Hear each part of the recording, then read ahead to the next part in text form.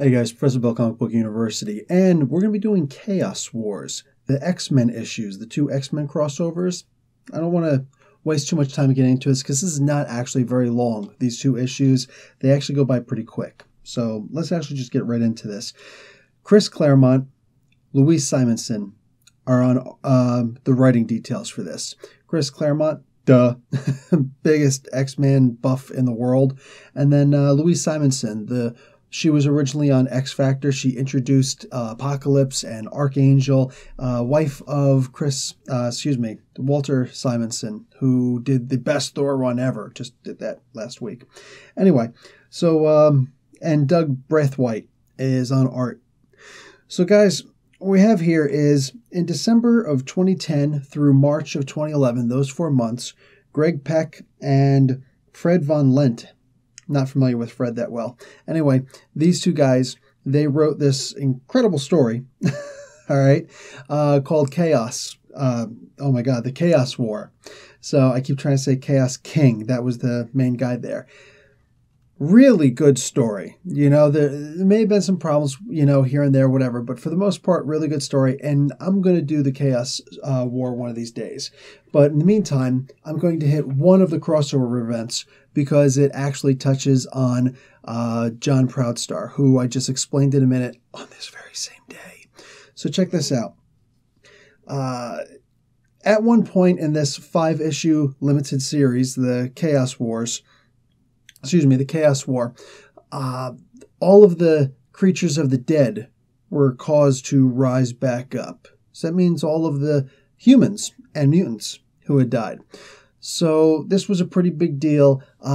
X Mansion had been destroyed, like most of the Earth, for the most part, had been destroyed. And this had a lot to do with magic. All right.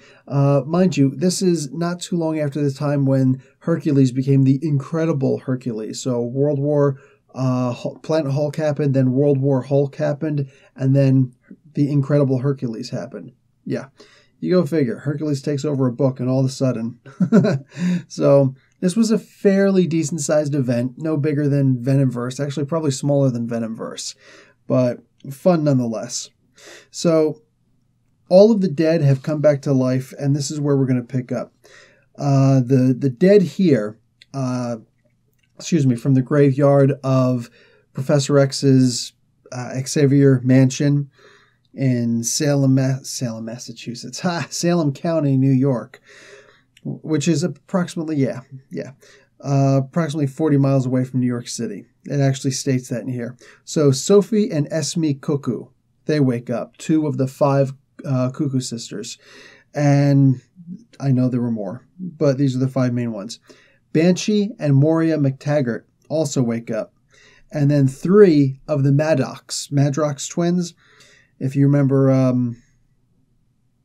not even worth it. Just, yeah. Anyway, sometimes a Madrox twin, when he hits himself and he'll make duplicates of himself, sometimes they die. 3 of these were actually buried here. So they're still able to use their powers and everything. It's just weird because they're all used to being able to go back inside of main Jamie, and they can't now, so it's freaky for them. So the last person who rises is John Proudstar, Thunderbird. And when I say last who rises, it's just the last of the order I'm giving because he's the main character here, for real. He's actually the first to rise up, and he's looking around, or it seems that way, and he's looking around, he sees these other people, and he's like, okay, this is really freaking weird here. So... John is basically narrating the majority of this entire story, and it's really good because, you know, he was only in 2 issues before, and then he was in several issues. So anyway, the Giant Size X-Men #1, and then I believe he was in issue number 94 and 95 of Uncanny X-Men, issue number 95 of which he died. This was their second mission. He died in that one. He was dumb. He was headstrong. He actually acknowledges that here. Now, he did come back to life for a while in the 4th volume of X Factor, and then he died again. He told Warpath, his younger brother, James Proudstar, you have to let me go now. So he kind of became a tether for John so that John couldn't leave, but he was eventually able to leave. And he addresses the fact that he did come back to life for a short while in this also. So, I mean, it's when Claremont's pulling this stuff off, he's just going to make sure that, yes, we're going to take care of continuity here. And that's, remember back when the Marvel Comics used to do that? So Esme immediately starts trying to merge everyone's memories, and she's doing it violently. She's trying to figure out exactly what's going on. And the more memories that she's got involved in this, the deeper she can go, and the more understanding that she's going to get, because she knows that she died. And Sophie's there also. Sophie was the most powerful of the Cuckoo twins. So John Proudstar Thunderbird winds up taking charge of everybody.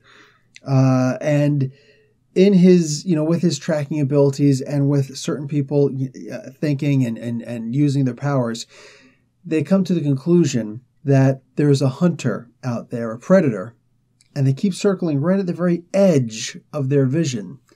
So John decides to take charge. He's like, okay, we're not going to just be hunted. We're not just going to be stationary prey. We're not going to be static. So here's what I want. I want you two telepaths stop being idiots and start working together. Okay, keep a mind on each other, but you start looking that way, you start looking that way. We've got 2 telepaths here, not just 1, 2. We're going to utilize that to its best ability. We've only got 1 flyer, that's Banshee. Get up there and start flying. So he really takes charge, and he starts, having everybody spread out, and let's see what we can do. So Moria, at this point, finds a book. It's funny because Banshee's like, I won't leave Moira. It's like, dude, stop being an idiot. We can all take care of her, all right? Shut up. So she, on her own, winds up finding a book, and it turns out it's one of the many diaries of Destiny. If you remember her from back in the early days of the X-Men, in between the death of John Proudstar and, well, whatever. She was the girlfriend of Mystique for a long time. She's blind, and she has the ability to see the future. So, Destiny. She wore that big golden mask, if you remember. So, Moira Taggart finds this, and there's just scribbles all inside. She can't understand anything, but then she also winds up seeing a map of Mirror Island. That's weird. So, all of a sudden, she sees that the words like a wind comes, and all of a sudden she's able to see things. And the scribbles wind up becoming legible at this point. Now, with this being the case, she's able to realize that there are ley lines, like major ley lines, running underneath the castle on Mirror Island. So it says, you got to get there. Now, in case you're wondering what ley lines are, let me just throw that out there really quick. These are basically the fissures in the ground, the tectonic plates in between. That's where the magic of the earth can seep up the strongest. So that's where magical lines are strongest, is right in the crevices of those tectonic plates. So that's what they are. So anyway, she also realizes that Destiny had prophesied the coming of the Chaos King. So, bang. At this point, Moira immediately gets attacked by a crow. Now, this is what's weird. We start seeing like 1 crow over here, 3 crows over there, a dozen crows over there. More and more crows start showing up. And at one point, one of them actually attacks Moira. It just dive bombs her from the back. Boom! It's a flyby.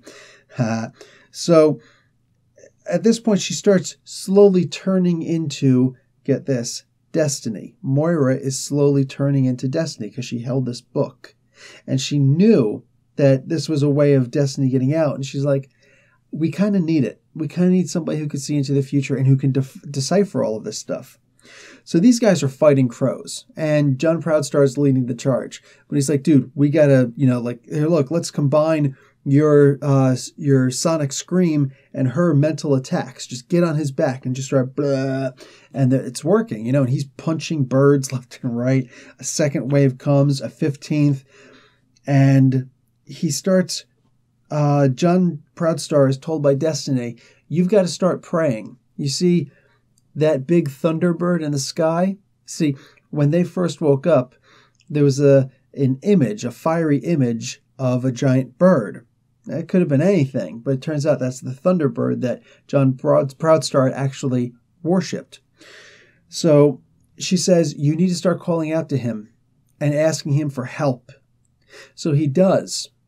And eventually, a big teleportation ring shows up and teleports them all straight to the Myrrh Island. So, wow, that was very helpful. So they get out there, and the Firebird is still in the sky, all that good stuff. And John essentially becomes a shaman, however you want to pronounce it. It's more of a Russian word, but you get the gist. Now, everybody starts asking him, like especially the Madrox triplets, I guess they are at this point. It's like, dude, you're just the muscle. How'd you also get the power to teleport? He's like, I prayed, and it happened. Psh, don't know what to tell you. And it's simple because the Chaos God is messing things up, so the regular gods are trying to rebel, and this is how the Thunderbird is trying to rebel, is by resurrecting his chosen, so to speak, which is John Proudstar. So Sophie starts turning into a crow conduit for the Carrion King. See, these guys are trying to get away, and all of a sudden she gets hit. This is right before the teleportation. She winds up getting hit by these birds and taken away. And it's really sick the way that it happens. Like, they start pecking at her and everything, and she winds up turning into a form of the crow. So now that they're over here on Myrrh Island, she's off in the distance, and Esme notices. So she goes over and starts talking psychically. Then they start having a contest of wills back and forth again. They've always had the sibling rivalry, right? So at this point, Moira McTaggart has fully become Destiny. That's it. We're done. So Esme and Sophie start having a much more serious fight at this point, and Sophie at one point says, listen, you've got to kill me. I am a conduit, plain and simple. When this Crow King gets here, it's going to be freaking scary. And we saw glimpses of him already. He's scary. So she's like, I'm not going to kill you, my sister. And I already killed you once. Oh, just terrible, terrible. That's actually a story for another day, guys. So anyway, she said, I'm not going to kill you. It's just not going to happen. So the Crow King, by the Crow King, I mean the Carrion Crow, he shows up and he's ready to fight. He's ready to start eating. Well, Banshee starts screaming as loud as he can, like a super ungodly. He's got to have an ungodly scream. Carrion King's like, dude, this hurts and all that, but the second that you stop screaming, I'm going to be on top of you, and you've got to breathe at some point. So, he does have to start, slowing. He does have to start breathing. And the Carrion Crow is on top of him pretty soon. Like some of the Madrox are dying from all the birds and all the attacks and whatnot. Like it's wicked. So John prays again, and he's imbued with the Thunderbird spirit. Now, basically, this is like an earthbound phoenix, so to speak. And he just what's the term for it? Rears up, I guess. And he just digs right into the Shadow King. I keep on saying the Shadow King. Shadow King is not in this comic, guys. They actually say adversary at one point, which brought me back to the Fall of the Mutants and the Siege Perilous. I'm like, what could this possibly be? That would have been cool. But this is the Carrion Crow. And he's like the right-hand man to the Chaos King. So he jumps right on him, and Carrion Crow is like, you're not that tough, aha, but he's totally bluffing, and he winds up getting like totally wiped apart. And even with the Cuckoos keeping their power, specifically Sophie, the conduit itself is bypassed and the source is destroyed. So the Carrion Crow is killed by John Proudstar and the Thunderbird Phoenix cosmic thing. And it's cool because Sophie winds up turning back to normal. And once this happens, their purpose is over. So they legitimately, immediately start turning back into spirits. They start dying again. And they've got moments. So the Madroxes are pretty much forgotten. Go figure, that sucks. The Cuckoos are just kind of like, psst, whatever. Well, Esma at least, she's like, whatever. She kind of fades away. Moira and Banshee, like, oh, my love, you long time. It just sounded really freaky. But more importantly, you actually have John Proudstar and Sophie. And once in a while you'd see like she would touch his arm or she would be very nice to him. Meanwhile she's like totally evil with everybody else, especially her sister. And her sister is like especially mean to John. So she says, he's like, we're going to leave now. We've got to die. You know what's going to happen now. And she's like, I know. And he says, but maybe if we came back, maybe you and me. And she's like, I would like that. And that's legitimately the end of the book. That's it. That's how it ends. That's how part 1 and 2 end.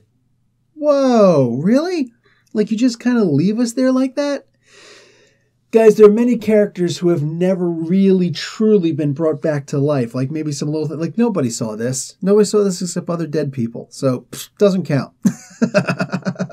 Absolutely does not count. But the idea here is that they actually started something that, wow, that's pretty cool. Now, do I necessarily want to see John Proudstar brought back to life? Like there's some people, when they die, there's just something special about it. When you bring them back, it's like, meh. You know what I'm saying? So here's the thing. If they were to bring him back and really change his power setup so that he was like the shaman guy, and he didn't really change his power, he didn't get too much stronger than he already was by the time that he died in his 20s, he was about 20 years old, that could be pretty cool if he actually had a full-fledged different power set than Warpath, his younger brother, James Proudstar. But aside from that,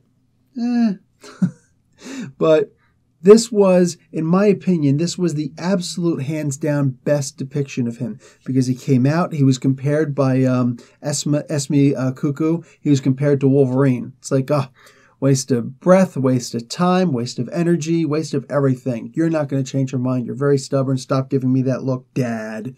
So he's like dad staring at her.